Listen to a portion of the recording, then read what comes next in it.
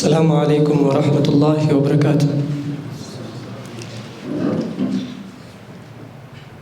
Our guest of honor, Chairperson Al-Ansar Welfare Association, Vice Chairperson, Chairperson Oversight Board, and our advisory team. All guests, karibuni sana. Time will not allow us. I will just proceed directly to our project presentation because we want to finish as early as possible. We also have constitutional promulgation waiting us, and there are so many things. First of all, I would like to take you through a brief on Al-Ansar. Al-Ansar Welfare Association is a community-based non-profit charity organization. It is formed on 2019, officially registered as a CBO on September 20th, 2022. That is the registration number. The organization's founding members aim to enhance the well-being of the less privileged in the society and foster a community with a strong and socio-economic foundation.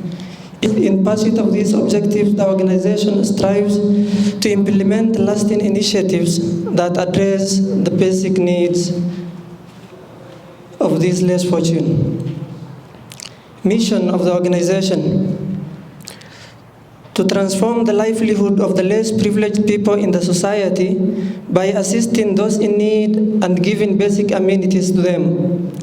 Vision: to have a community with a social and economic strength to better their health and living standard.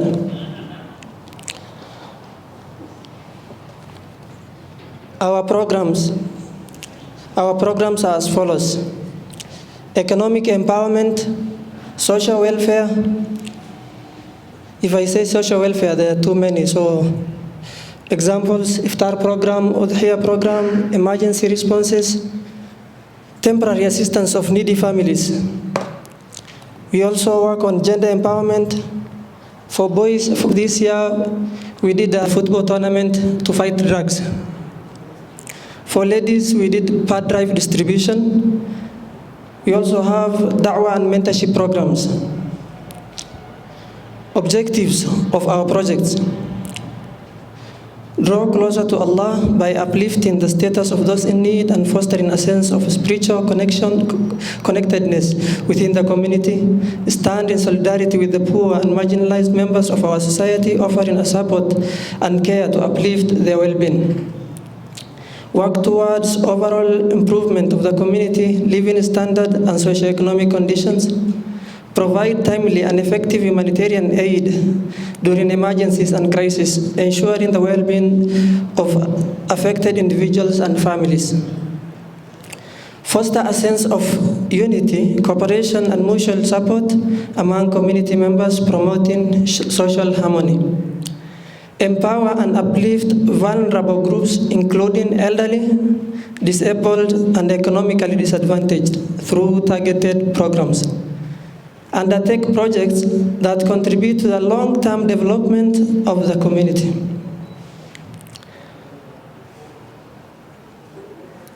Now, who are our beneficiaries? Our beneficiaries are individuals or groups of individuals who have met our criteria. Criteria for beneficiaries. So they are, I don't want to explain on it, but nitaguzia kidogo.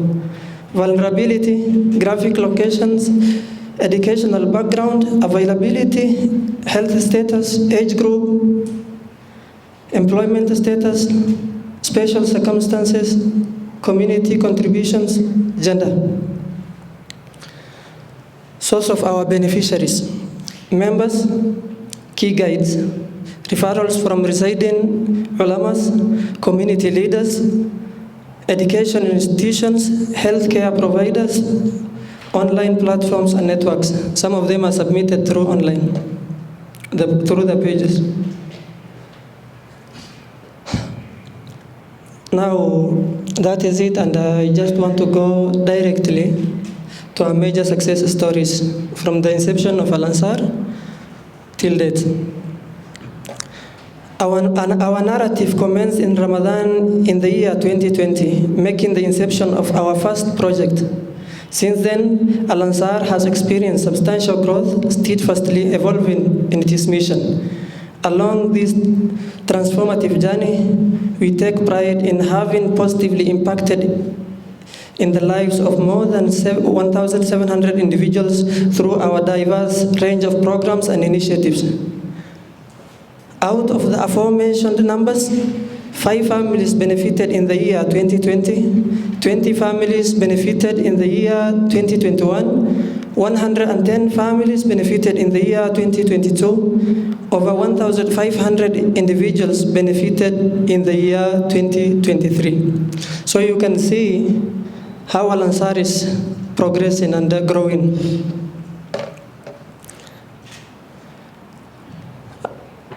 For the past projects, I don't want to touch on them, but let me just go directly to 2023 projects and programs. In the blasting year of 2023, our endeavors were marked by a series of impactful projects ranging from iftar and udhiyah programs, pad distribution, football tournament, and housing initiative, to educational support and healthcare appeals. It was undeniable a year filled with meaningful contributions, embodying our commitment to giving back to the community. Major projects of the year. Project 001-2023 was Phase 1 Ramadan Iftar Program. Number of beneficiaries were 38 families.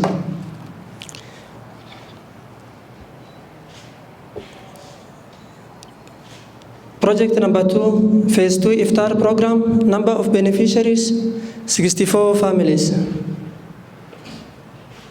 Project 003, roofing and completion of a semi-permanent house for a needy family in a village known as Abakaro. There was also a Mushaf collection exercise. Over 240 students benefited from that program, three mosques. Project number 5, Phase 1 pad drive distribution. Theme was Keep Heart School. Number of beneficiaries, 600 girls from 7 different primary schools. Project number 6, Udhiyah project. For this program, we received 20 cows through our patron, but we partnered with other organization, and we gave out 8 and left with 12 cows. So we slaughtered 12 cows, and number of beneficiaries, 364 households. Football tournament held during August holiday when all students are at home. Theme of the project was Kick a Ball to Kick Drug Out of Ramu. A total of 16 teams, each comprising of 20 players. A total of 15 thrilling matches were played throughout the tournament. This year's competition brought together talented players from various teams and fostered a spirit of sportsmanship and unity amongst participants. Our aim was to fight drugs and make the students busy during that period of the holiday. So there we also have Banisa project. We also held Banisa project. It was necessitated by a request from our Banisa-based members. The number of beneficiaries were 10 families. So the next project was Phase 2 power distribution. The first one was we benefited 600 beneficiaries We reached out to another 440 school-going girls, surpassing our target of the year to support 1,000 girls. So, in this project, 5 schools benefited. I think 3 were secondary schools and 2 extra primary schools. Minor projects of the year: emergency responses, temporary assistance for needy families, da'wah and empowerment mentorship programs.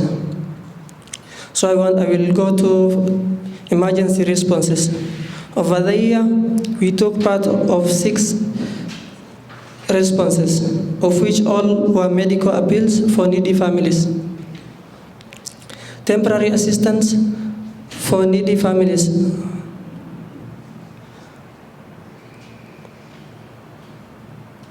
Over the last few years, we have been providing temporary assistance for families in need. Our organization has constantly been at the forefront in responding to pleas of struggling households. Throughout the year, we have undertaken numerous initiatives aimed at enhancing the lives of these families. These include purchasing essential food items, offering financial aid, facilitate connection with well-wishers, and providing crucial moral support. The last one was Da'wah and Mentorship Program. We proactively carry out Da'wah program for our members. This program serves as a means of reinforcement. This program serves as a means to reinforce our commitment in our faith and renew our intentions as we extend assistance to others. Additionally, our involvement extends to mentoring individuals. Notably, this year we received an invitation from Saida organization to deliver a presentation on sanitary pad usage and hygiene, particularly focusing on menstrual period at Moi Girls Secondary School in Mandara. So, I conclude. The culmination of these various projects underscores the undeniable growth trajectory of our organization. Notably, the current year stands out as a pivotal juncture wherein substantial strides have been made towards the realization of our goals. The successful execution of these initiatives not only attests to our organization development, but also serves as a testament to our unwavering commitment to help and put smiles on the faces of those in need. So I conclude with those. From my part, I was only presenting on the projects. The next speaker will be touching on the finances. So I will return the mic to the MC to welcome